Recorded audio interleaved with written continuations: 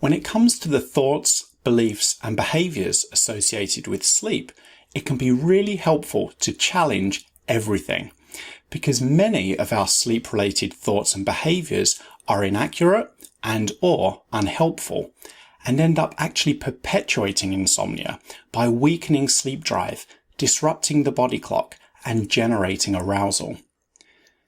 With this in mind, we can see that changing the way we think about sleep and changing unhelpful sleep-related behaviors can be really helpful when it comes to improving sleep that's been disrupted by chronic insomnia.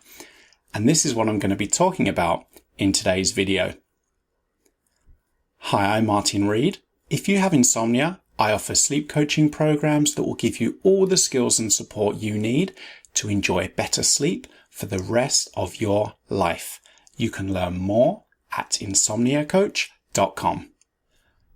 A study published in July 2020 estimated that we have over 6,000 thoughts every single day. Now, if you're living with chronic insomnia, it's likely that a good number of those thoughts are related to sleep.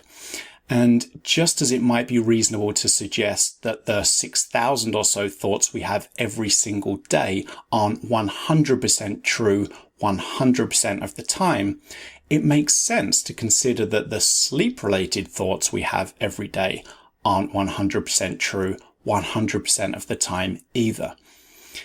It would require a lot of mental energy to critically examine all the thoughts that enter our minds each day. So, most of the time, we don't bother. A thought will typically enter our mind and leave soon after. If, however, the thought triggers an emotional reaction, it might stick around for longer. Unfortunately, for those with chronic insomnia, sleep-related thoughts that randomly enter the mind can generate a lot of worry and anxiety, regardless of how true they are. And because it's hard for the brain to critically evaluate every single thought that enters our mind throughout the day and the night, it's easy to take these thoughts as facts, to believe that they're 100% true 100% of the time. This in turn can heighten arousal, and arousal is something that perpetuates insomnia.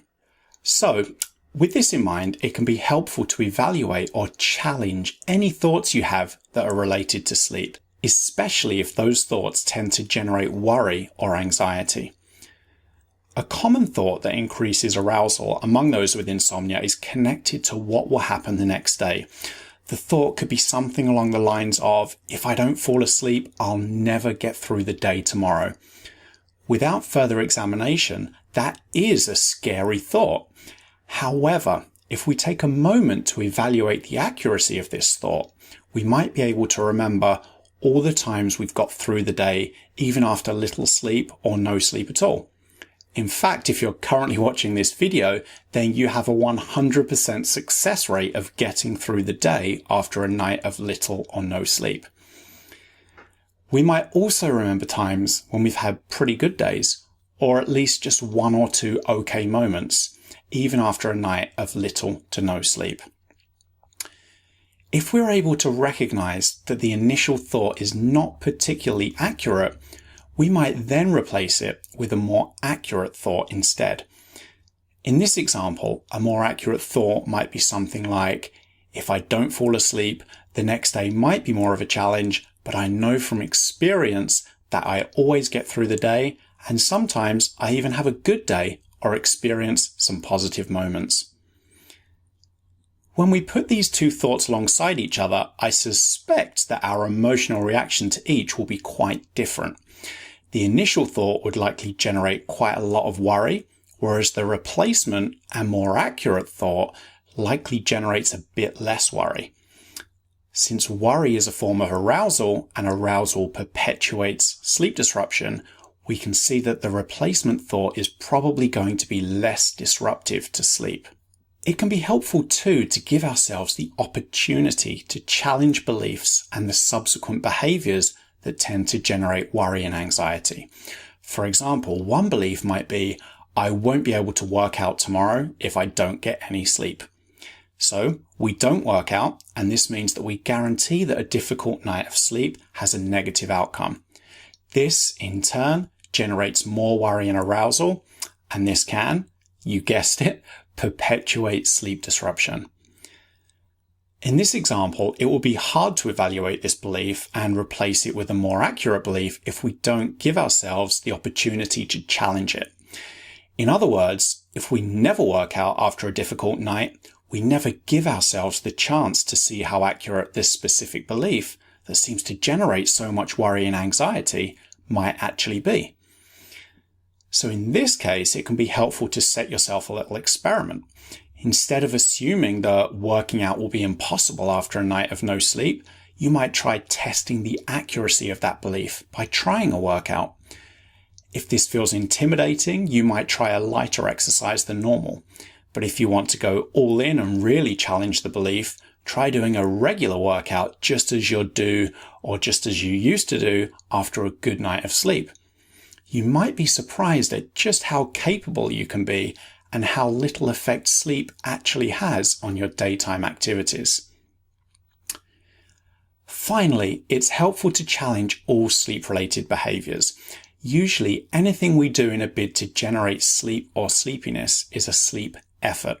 Sleep efforts do not work because they imply that sleep can be controlled, and when we implement a sleep effort, our brains need to remain active to monitor for the outcome of the effort.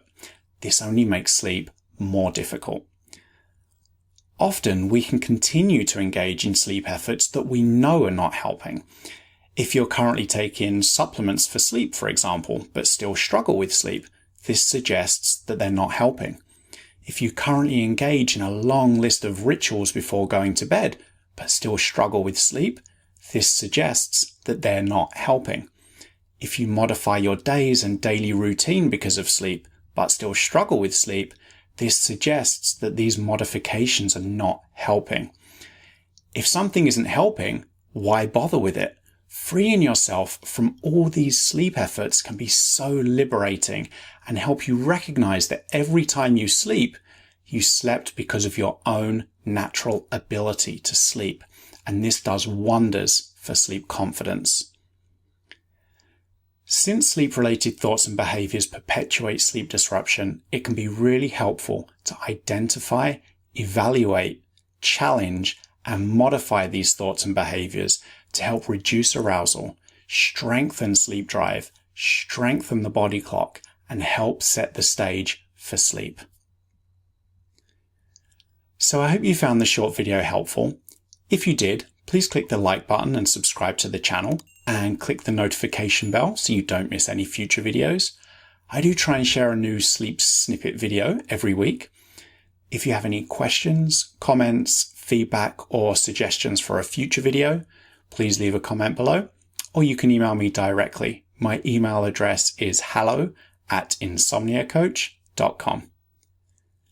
Thanks for watching, and as always, I'd like to leave you with this important reminder. You can sleep.